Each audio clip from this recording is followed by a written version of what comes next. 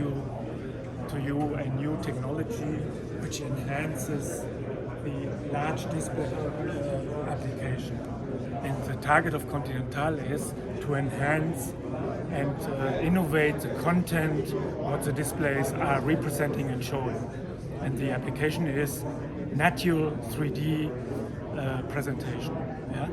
What is unique at Continental?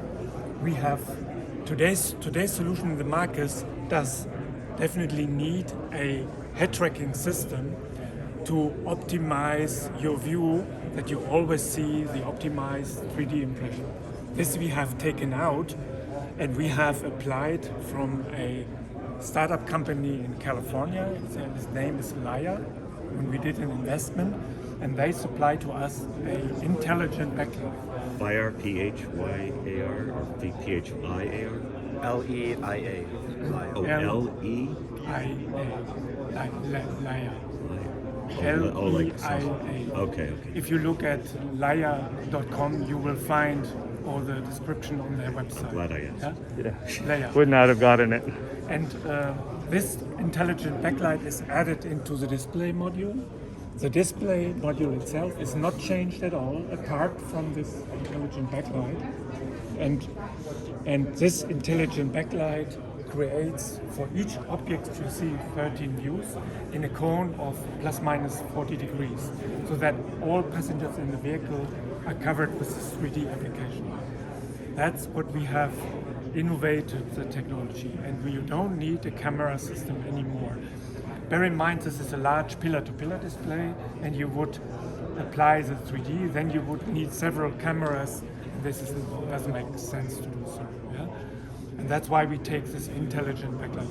Well, the head tracking too would be, you'd also need a lot more processing power, right?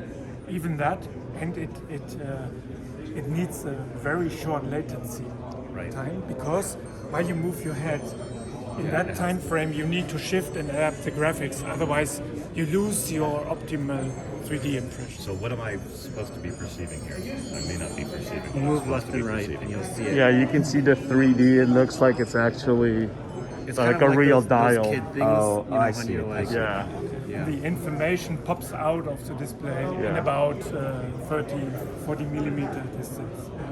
Yeah. Let me just highlight, what are the use cases? This is a cluster application where with 3D we can really show the silver rings and the depths and the nice graphics design. But what are future other applications? Surround view. Bear in mind, a surround view camera will give you a video output, and there are objects, you can detect those objects, and while you show them in 3D, you can easily fast pick up those objects before you hit them. Yeah? Then we have 3D navigation and entertainment. We have the possibility, maybe you know the outer mirrors, they move into the in-cabin application. And while you look at the outer mirrors and you see objects coming, show them in 3D and you will faster pick them up. Yeah? And not last but not least, another use case is automated driving level 4. Young people, they change the content and they want to do gaming. And from the metaverse in the future, there are so many 3D applications available, and we can integrate them here, and you can do gaming in 3D. Nobody would go for gaming without 3D. I know this is a traditional, instrument panel, speedometer. Exactly. But I'm looking over at this glass display, which is really impressive. And he's telling me 2025, 2026 for the traditional, could replace the pillar-to-pillar. Pretty impressive. Is this complementary as like an infotainment, or is this really dedicated towards AVs and autonomous vehicles? No, this application is shown here to show the performance of the system. We can apply this specific technology in the application. If you reflect it, it's the same view angles. If I reflect it, because what you see over there is that we have 3 of those modules integrated underneath in and the showing IP panel, and you can apply the 3D, and you would see it also reflected. That would look good. How does it give you stereo? So there's 13 different views, and then each view has to be stereo in some way, because for me to see the 3D I need, how does it? Well, I mean, from my view, so I'm in one of the 13 viewing angles, right? And then the topic is, if you just go over here, and you see the views, 13 views in that direction.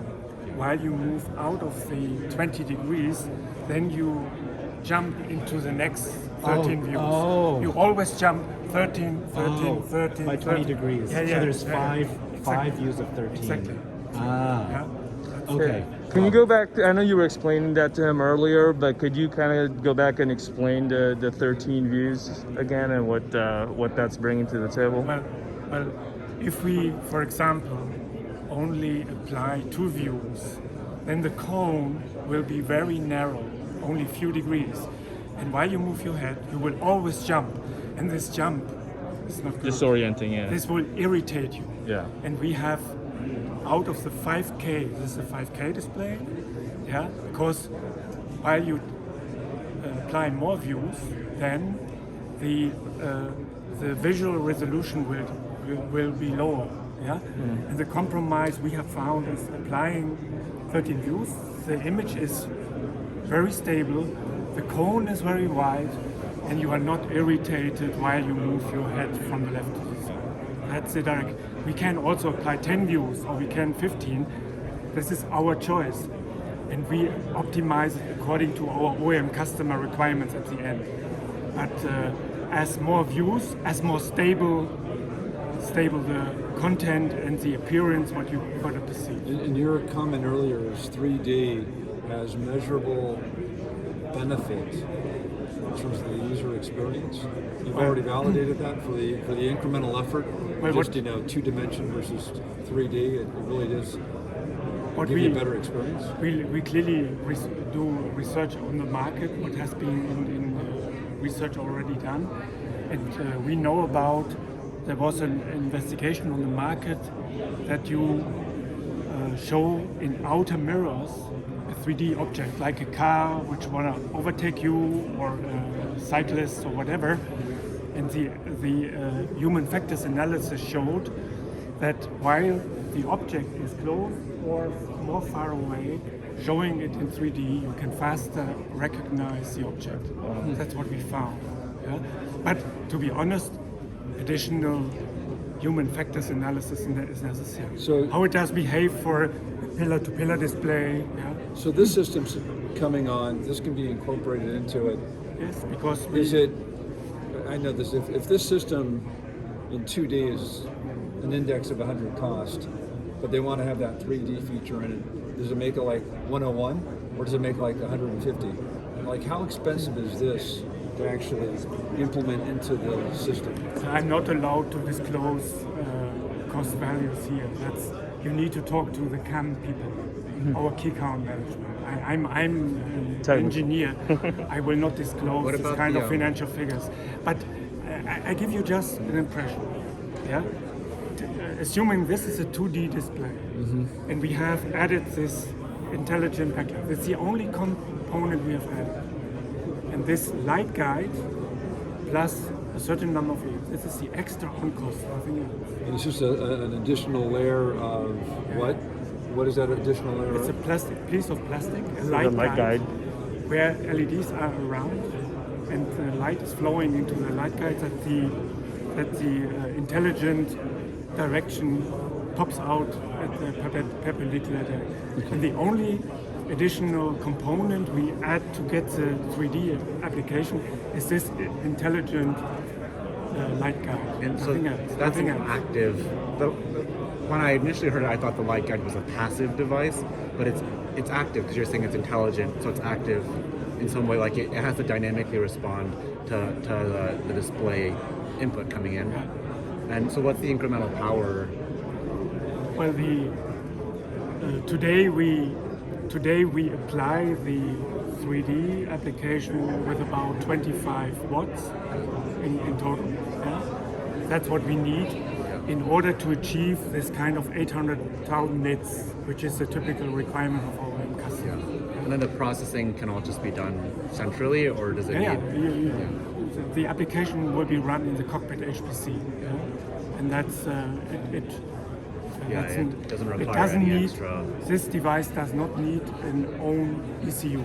It's not necessary. So the cockpit HPC, the software we apply is embedded in the cockpit HPC, and the application is fed into the channel of display we're going to. So this is actually has some real customers. It's coming, Yes. maybe unofficially. This is still being worked. No, fine-tuned? we have an application for HKMC in Korea for the Genesis vehicle. That's what we have already in mass production. And the Mercedes-Benz today's S-Class. The today's S-Class. Features that So, technology. so it's They have already this in there on the road now. Yeah, that's all. Okay. Those two. And we are looking to expand, to distribute it in the market more and more. Clearly, first of all, you see Genesis and S-Class, it's premium vehicles, it's not low-cost vehicles. And this is on the instrument panel, like. Yes, yes. Very cool. So kind of coming back to the issue of deployment, it's coming in with high-end vehicles, early adapters, it's a new product, obviously a lot of development cost. But as you think about the application of this towards mass market, is there anything that is always going to keep this and that system there at just a super premium level, or do you think that from an engineering standpoint the cost curve can be pretty significant? But this application there is fairly new to us, and we are not intending to make it too complex. If an OEM will tell us, I want to see in that 1 meter vertical distance also 3D, we can do that. But we were going to launch this product over there, first of all, in a simplified way in order to manage our risks, etc. Thank you so much. Thank you. Thank you very much.